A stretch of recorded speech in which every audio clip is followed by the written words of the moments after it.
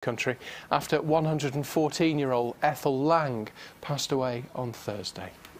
We hope she has a fantastic day. Sure she will. It brings you up to date. It's 6:33 here on Breakfast, and Chris has all the sport. Morning. I do. Good morning. With an innings like that, she should be playing for England, shouldn't she? The World Cup. Need all the runs they can get, but we're talking football first, and it wasn't quite a cricket score for Chelsea. They weren't far off. Yeah, but if Jose Mourinho had things his own way, what score would it have been? I mean, he's been going on, hasn't he, the last couple of weeks about how the world is against him, how the referee singled Chelsea out.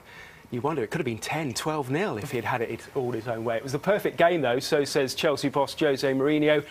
As his side put 5 past Swansea on Saturday, the win puts the Blues 5 points clear at the top of the table, with Manchester City playing catch-up against Arsenal later today. So, were Chelsea 10 out of 10, or were Swansea the masters of their own downfall? Ben Croucher has the answer. The scoreline looked like a masterclass from Chelsea. In reality, we saw Swansea deliver a lesson in self-destruction, and it didn't take them long. Oscar with the shot, Oscar with the goal. 50 seconds. When you're playing the league leaders, it's best not to gift them goals. Oscar and Diego Costa here grabbed 2 each before half-time. Andre Schürrle completed a 5-0 rout and pushed Jose Mourinho's men 5 points clear at the top. With Manchester City and Arsenal meeting later today, Southampton strengthened their European ambitions. Algiro Alia with 2 goals and a 2-1 win at Newcastle. They needed a helping hand from the referee, who failed to spot Jose Fonte's loose limb in injury time. The Magpies left incensed. Southampton leapfrogged Manchester United. Super sub Marouane Fellaini rose from the bench to sink QPR. The 2-0 defeat leaves Rangers a point above the drop zone, but is manager Harry Redknapp fearing for his job? I spoke to Tony Fernandes this week 5 times, and he's never mentioned anything to me and just said, what a load of nonsense. So, I don't know. Who do you believe? The insider, whoever he may be, who's trying to cause a problem, or do you believe the chairman? Paul Lambert knows pressure. Nearly 9 hours without a goal and counting for Aston Villa. His namesake Ricky, the villain against the villains, as Liverpool eased to a 2-0 win. The picture postcard setting at Turf Moor reflected a perfect start for Burnley against Crystal Palace. Just 16 minutes it took the Clarets to establish a 2-goal lead, thanks to Ben Mee and Danny Ings. But under Alan Pardew, Palace have renewed resolve. Never before had they come from 2 goals down to win in the Premier League. Until now, Dwight Gale started the comeback in the first half and finished it 3 minutes from time to make it 3 wins out of 3 under their new boss. Ben Croucher, BBC News. In the Scottish Premiership, 1 late goal and another very late goal saved a point for the leaders Aberdeen against Dundee. Where was the defence? Aberdeen opened the scoring with a well-worked team goal that saw David Goodwillie tap in the easiest of finishes.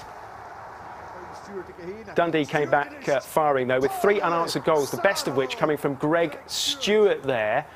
But it ended 3-3 as Ryan Jack's 90th minute equaliser saved a point for his side. Second place Celtic were 2-0 winners over Hamilton, thanks in part to this cracker. Look at this from the Welsh fullback Adam Matthews. Don't think he could believe it went in either. And Liam Henderson sealed the points with another finely finished goal 5 minutes after the break. Celtic are now 2 points behind Aberdeen, but have 2 games in hand.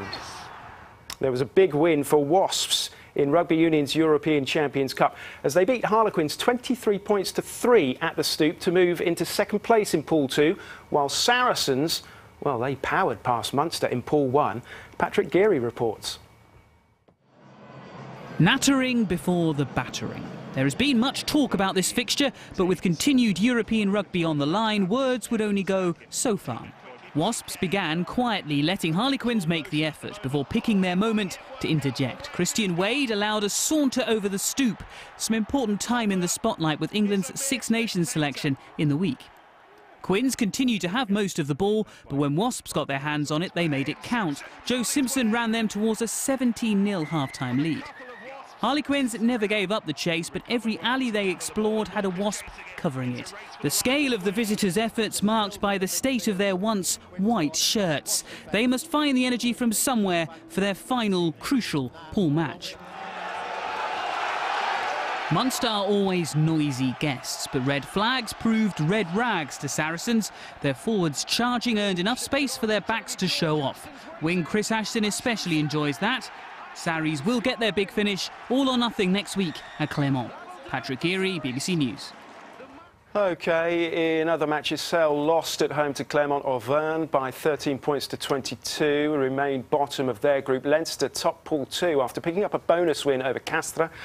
And Toulon, well, they're through to the knockout stages already after thrashing Ulster 60 points to 22. The English flanker, Stephen Armitage, scoring a hat-trick in that one.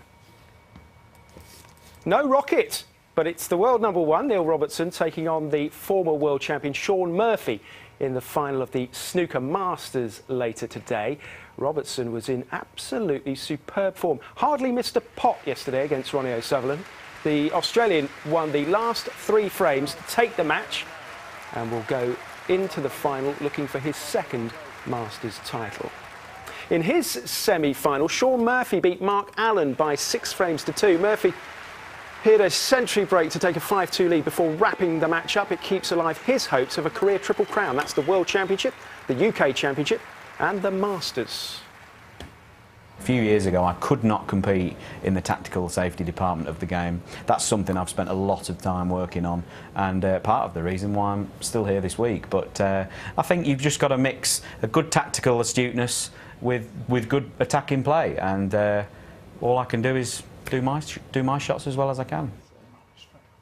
Now, would you pick him in your England team? While England struggled in the week against Australia, the former England batsman Kevin Pietersen has become the leading run scorer in Australia's Big Bash 2020 tournament. Pietersen has scored 262 runs in 6 innings, hitting an unbeaten 67 for the Melbourne Stars yesterday. But that wasn't the highlight of the game. Look at Josh Layla performing this acrobatic juggling catch to dismiss Cameron White as Melbourne beat Sydney. Pretty good, eh? Very clever. Today, in the latest Tri-Series match in Melbourne, India are batting first against Australia. Opener Rohit Sharma has just got a century. The latest from the MCG moments ago, India were 219 for 4 after 42 overs. England, of course, lost in the first match of the tournament against Australia. And sprinter Sakra was beaten on his return to competition after more than a year out with heart problems and conditioning. In the Clarence House Chase at Ascot, sprinter Sakra, his jockey, was neck and neck with 7 furlongs to go, but it was dodging bits who beating him well, actually, into second place as it happens. But you know, he's been out for a year, he's had heart problems, and he comes saying, I'll tell you what, when I went for my first run after my Christmas lunch yesterday, I felt in pretty bad condition. Nothing like a long rest. That's what it is. But they say you have to rest. If you want to get fit, it's important to rest. And Kevin Pietersen, would you have him in your team? You've got to have him in your one-day team. Yeah. I think Owen Moore, because he texted, didn't he? He texted everybody to say that he was available, and he's trying to get into people's minds. I think he's playing very well. I think Owen Morgan has to say that he wouldn't pick him. He's got no part in the side. There's a lot of people. I was listening to Jonathan Agnew on the radio in the week. A lot of people in the ECB maybe having a different view. It's politics. It is, not sport. Chris, thanks very much indeed. Well done. Thank you.